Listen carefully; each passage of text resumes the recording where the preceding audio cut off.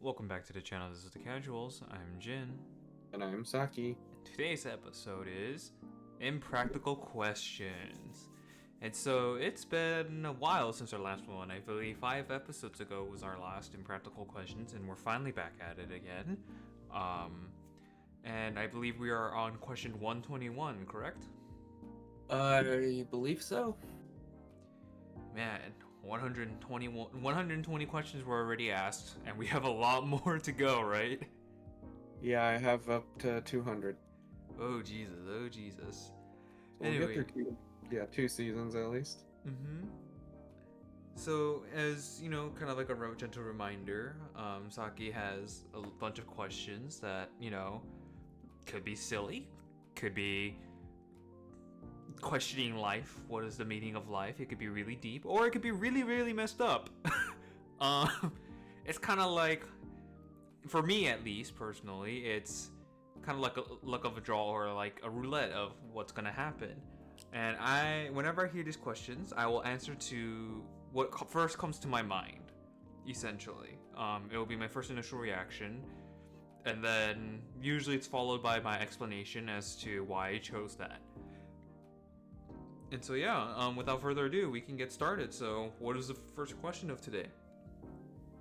Alright, this one's a silly one, so you're safe.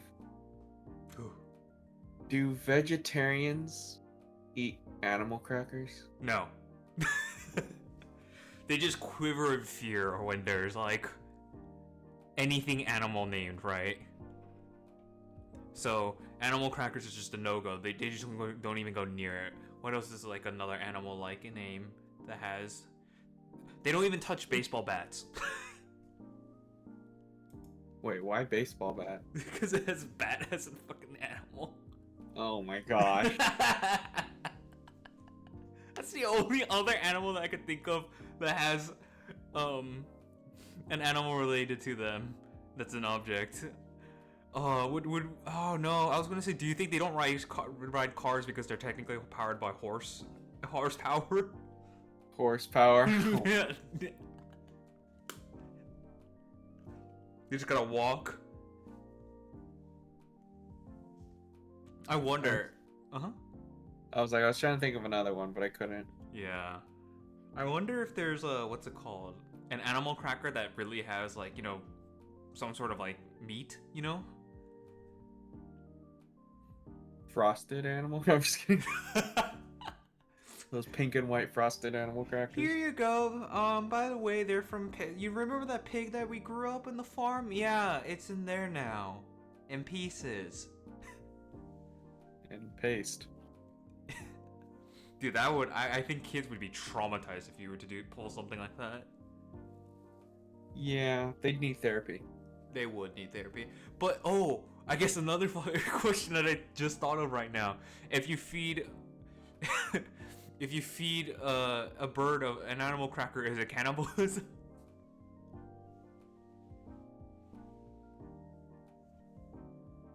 Maybe. Like, let's say there's a dog animal cracker, right? And you gave it to your dog. Is that cannibalism? I guess so, by continuing the logics of vegetarians being afraid of animal crackers. Alright. I'll take it. Beware people who will feed their dogs dog-shaped animal crackers. You're essentially forcing them into cannibalism. Not just dogs, but whatever animals are, printed out on the cracker. Yeah, they're essentially, these animal cracker companies are committing war crimes. That no one's talking about. Anyways, let's move on to our next silly question. So why do mermaids wear seashells for a bra? Is it because D shells are too big and B shells are too small?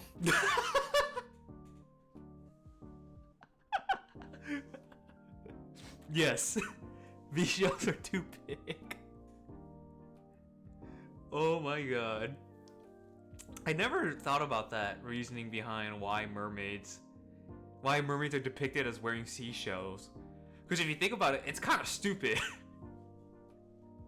Yeah, it's not even like it's more like a clam that's like ripped in half usually, right? Yeah, yeah. And in terms of practicality, seaweed would be better. True. Just a couple layers of seaweed. Yeah, because if you think about it, mermaids can swim pretty fast, right? Yeah, I assume so. Yeah. Because yeah, we would hope so, I guess, right? Imagine there's just it's slower than like a sloth moving across ground. Good thing it has gills, otherwise it just drown. Oh man, a fish drowning. I mean, I think that is possible, right? A fish drowning? I think that's possible. Yeah. Yeah, it's like when they can't filter out or whatever, or like they can't like produce or like get the oxygen from the water, and so they drown. Right. I think like some fish can die if they stop moving or something. Yeah, yeah. I think I remember hearing that. But going back to the thing where mermaids wearing shells, I feel like you know how like swimmers don't like have body hair? Is it like those Olympic swimmers? Yeah. They do it because it creates resistance, right? So I feel like in terms of practicality, you wouldn't want two freaking shells on your chest trying to swim because that creates force resistance. You might as well just wrap a seaweed that's a lot more thin, like kind of like those latex suits. Yeah. That'd be like more practical, I guess. I guess whoever just made, I mean, truth of all, whoever created the existence of mermaids were pretty horny. I gotta say. They had a thing for fish and women. Oh my god, don't. They had a thing for fish and woman. Oh lord, I can think of all the horrible things now. Is this why PETA was formed? One reason. they saw the atrocities that the sailors committed in the past, and they're like, nope. Oh my. I think I was gonna say I think we should move on before it gets out of hand. Yeah. All right, next one is why do we sing "Take Me Out to the Ball Game" when we're already there? Because why? Because it's a snooze fest. So they're like, give us a real ball game. I don't fucking know, dude. Truly, you made me think about it for a second. I'm like, I don't know why it's called "Take Me Out to the Ball Game" when they're already at the ball game. I think here's my thoughts. I don't know the lyrics of the song. Mm-hmm. I'm thinking it's like something to like people sing, Mm-hmm. or at least the lyrics are tied to like before the ball, like you're there, like you're. Let me find the lyrics. Let's see. Well, so I'm looking up at Wikipedia right now just to see like what came about of it. Uh-huh. And apparently this dude was inspired by a sign that says "Baseball Today Polo Grounds," which I don't know how he came to that conclusion. But it's apparently about a girl who will only go out on a date if that date takes her to the baseball game. Huh. Interesting. So that's where the origin is from, huh? Yeah. Although I don't know how it became the official anthem of baseball after that point. Yeah, I don't know. I don't even know the lyrics of it, and oh well. I literally only know the two main lyrics: "Take me out to the ball game, take me out with the crowd." See, you knew more than me. I know "Take Me Out to the Ball Game." That's it. Yeah, that's such a strange song. It's like saying, it's like going to a restaurant singing "Take me out to the restaurant" when you're there. That'd be kind of weird. So you sit down and you're freaking like High School Musical-esque. Take me out to the restaurant. It's like, All right, that's our next goal. just go to a restaurant, be like, take me out to the restaurant. Just start partying up with that song. Just parody it. Yeah. All right, I guess we should move on. So the next one is, what do people in China call their good plates? They're good plates? Yeah. Ancient China. Ancient China? Because, the true good plates are from the historical ones. So we gotta call it ancient China. I really wonder, though, what they call their good plates. Because you're referring to, like, China plates, right? Yeah, like here we call our good stuff China. Like, bring out the good China. Like you have guests over or something. But what if you're in China? What do you call it? Just bring out the good plates, I guess? I guess. I would assume so. I'm curious as to if they even know the phrase existence of bring out the good China.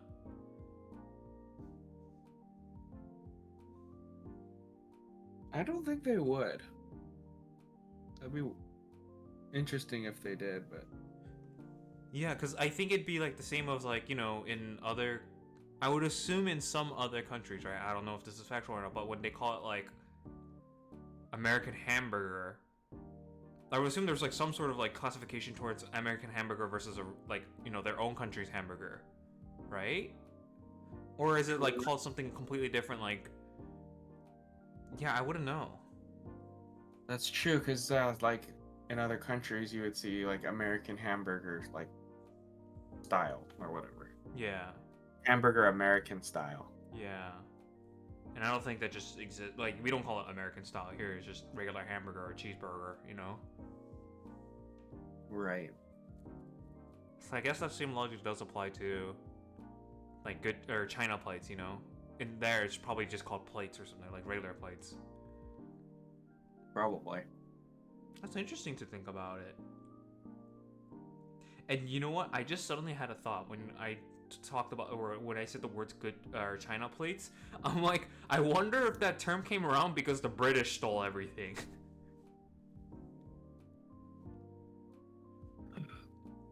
So I don't think that's the reason, but I don't know. I feel like that's a possibility to be like, hey, bring out the China plates because they, British kind of actually, in history, British looted a lot of things, and back then the British Empire, rather, let me correct myself, looted a lot of things, and I guess they're called Tupperware, I don't know, plates, kitchenware, were all stolen, and so I would assume, but like my sudden thought was maybe they refer to those as like China plates, like kind of like a prized possession because it's from a land far away, and it's ornate, that kind of does sound like it could be a true thing. But we'll never know. We'll never know. I'm too lazy to look it up.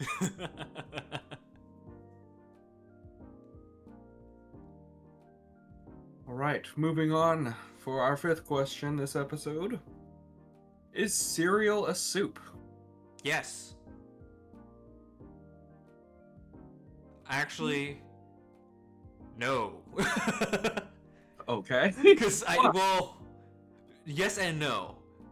No first and then yes later. The reason why is no, because usually soups are associated with being hot or warm liquid or broth that is to be consumed. However, do you call soup that's been cooled down to cold not a soup?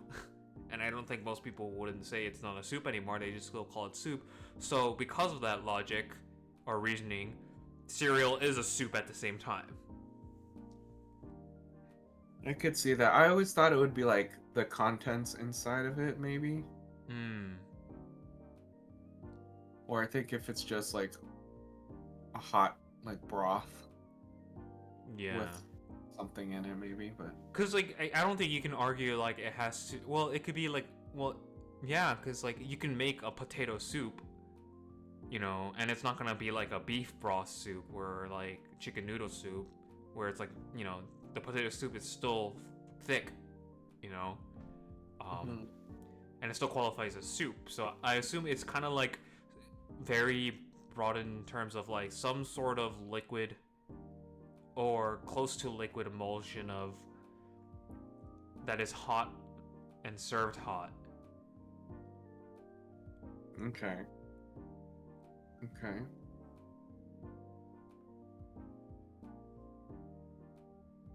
Yeah, that's the only thing I can think of. I can't think of anything either. And I guess when it cools down, you don't call it something else because it's still soup. You know, in almost everyone's eyes, it will still be soup. So, by that logic, you can call cereal soup. I guess you could, yeah. Let it be known, cereal is now soup. Yep. It's in the soup category.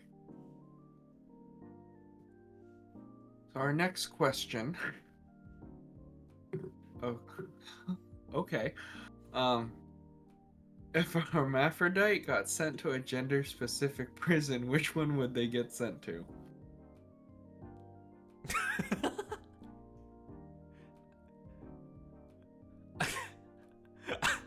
Solitary confinement.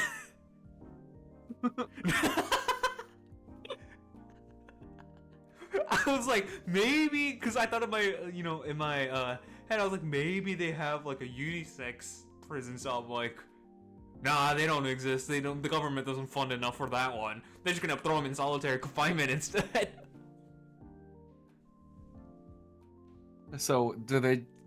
Is that like in like just a police station, or because if it Uh, was in solitary confinement or prison, which prison of solitary confinement? I guess in prison, yeah, you'd be in solitary confinement. But if you were just simply being jailed, I mean, I guess that wouldn't matter because you don't really get. I don't know, but I guess the question is if it's like, let's just say it's a max capacity jail, right? Then you would have to like start putting more than one, let's just say, or more than one. I think they're called suspect or something like that. Into those jail cells, right? So which one would they go? I guess. This is a really dumb answer. If the man's pee goes hard, they go to the woman. Instead if it doesn't, they go to the man. That's the thing. If blood flow starts going down there, sorry, you're going to the men's.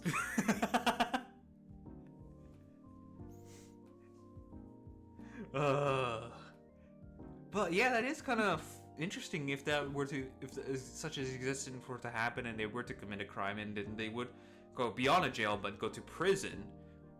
I don't think there is really a section where they could go to if it's separated by gender, and it's a co-gender thing. I think it's literally just kind of like if they don't have the resources for it, they would just kind of be like, "Oh, solitary confinement, I guess." Or just like flip a coin. Yeah, I'll flip a coin, man. Your fate is decided by flipping a coin. Your fate is sealed by this quarter. You best pray it's on heads or tails, whichever way you go. So our answer is you flip a coin. Yes, And you flip a coin, absolutely. Version of what prison you get sent to. Yeah. All right, next one is, why is it difficult to tickle ourselves? Because because your body, if I'm correct, your body doesn't. I forgot what the term is or how to describe it exactly. It's like when you are doing something to yourself, your body senses actually become dulled, if I'm correct. That is what if I remember correctly. And this could be completely wrong too. And the reason why I think is because you are unconsciously setting conditions to yourself where you don't want to be in that state. So you kind of like unconsciously start having your well, not even unconsciously. You're just prepared for it, right? True, I guess, yeah, because you know when it's gonna happen. Yeah, and like, and then you can then someone might say, well, if someone is about to tickle you and they clearly communicate they're about to tickle you, um, you're like, technically you're prepared. But the thing is, it's not your own body communicating your hand to say, hey, I'm gonna touch you here, you know, um, in that way your body kind of like unconsciously prepares itself. But when someone else is doing it to you, like, your body can't really prepare for that. Because it doesn't have a point of reference of what it's gonna, you know, use.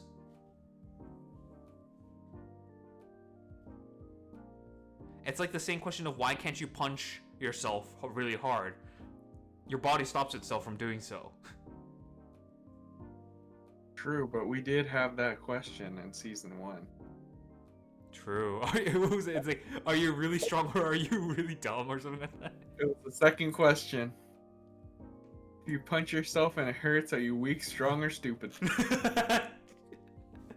Oh my god, now I remember. But yeah, I think that's what it is though, right? Like, isn't that the case where, like, if you try punching yourself, you legitimately can't go as hard as you normally could if you were to do it on someone else, because your body literally tries protecting itself.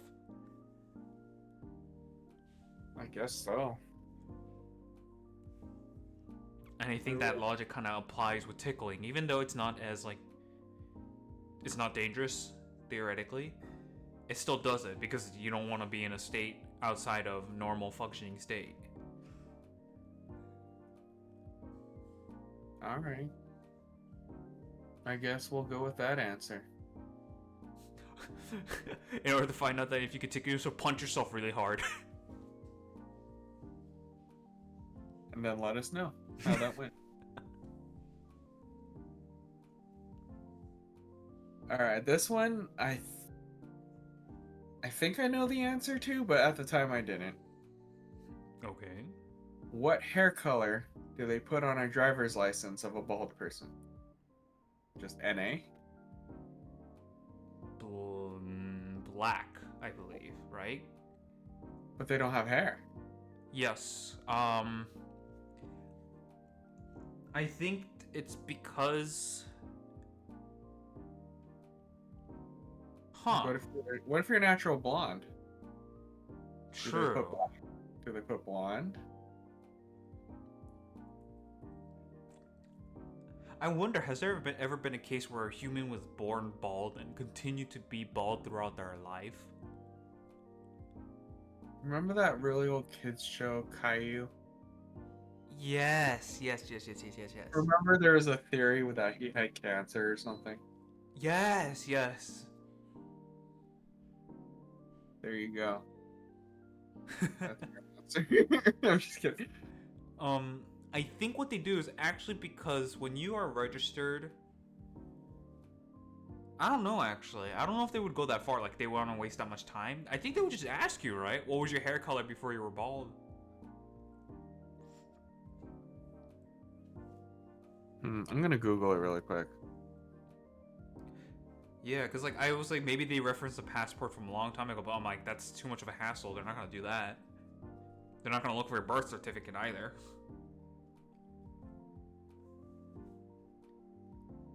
Oh, you can literally put bald or none Oh. on the form. Well, it seems like the DMV was far more advanced than we thought. You could literally just say, I'm bald. Okay, that makes sense. This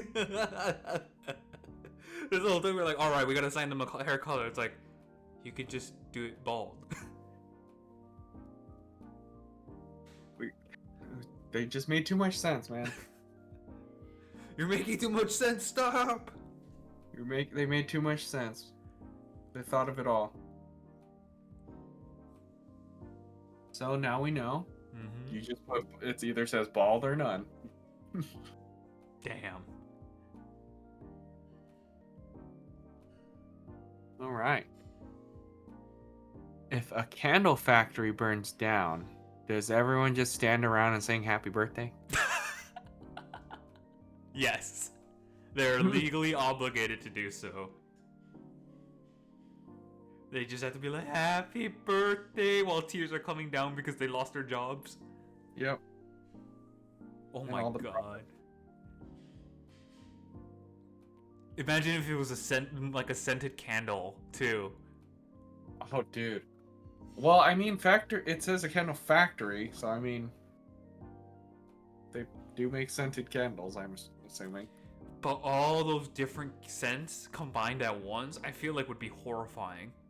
You'd probably just come out with like a freaking migraine or something. Just every scented candle you could think of, just light them, and just smell them all at once. That's what it smells like, I guess. Oh, no. That is too much for me. I would faint, I think, within like a second. Yeah, because anytime I go to like Target or anywhere that has like a candle section and I walk by, I feel nauseous after. Ooh, yeah. That's happened to me before. I think it's like very specific. Not sense, but like depends on like how strong it is and what like how many there are at once. Yeah, I was gonna say, I think for me it's just too much. There's too much going on. Yeah.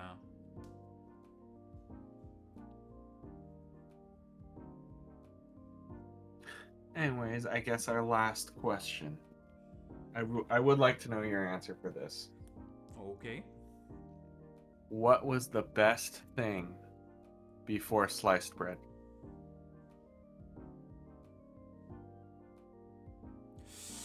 Ooh. Fire. Fire? Just a little existence of fire. Because I guess if you think about it, right, like you can literally kind of pinpoint the path of like the course of human history changing ever the moment they discovered fire. True. I don't know why my brain automatically went to the wheel, Yeah, that is a pretty.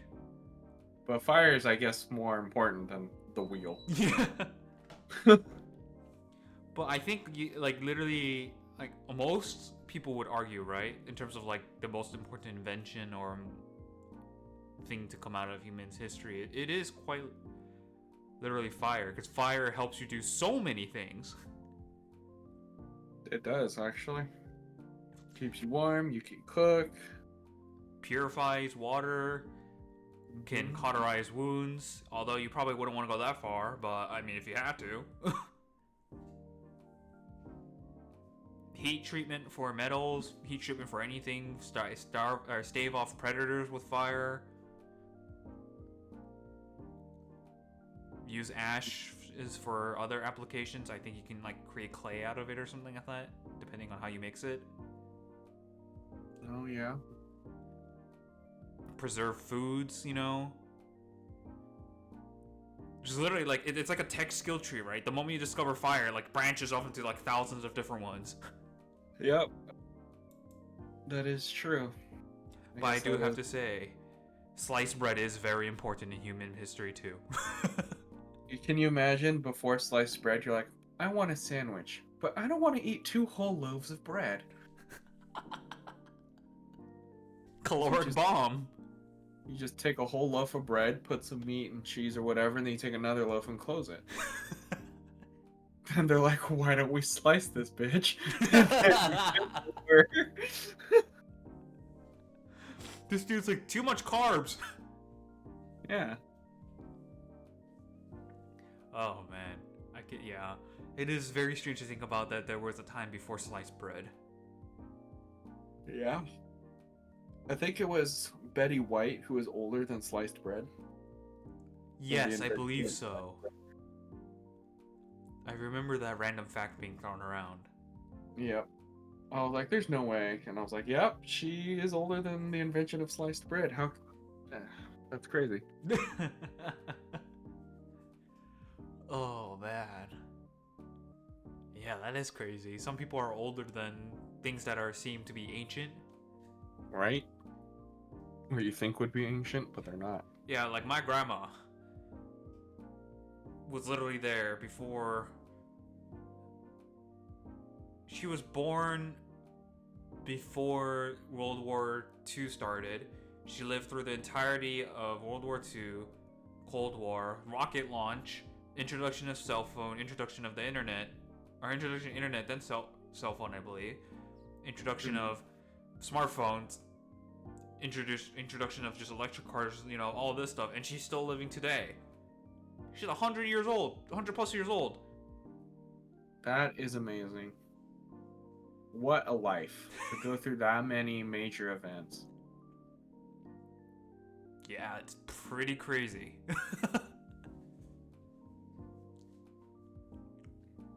Human as like civilization has like advanced so quickly, it's insane.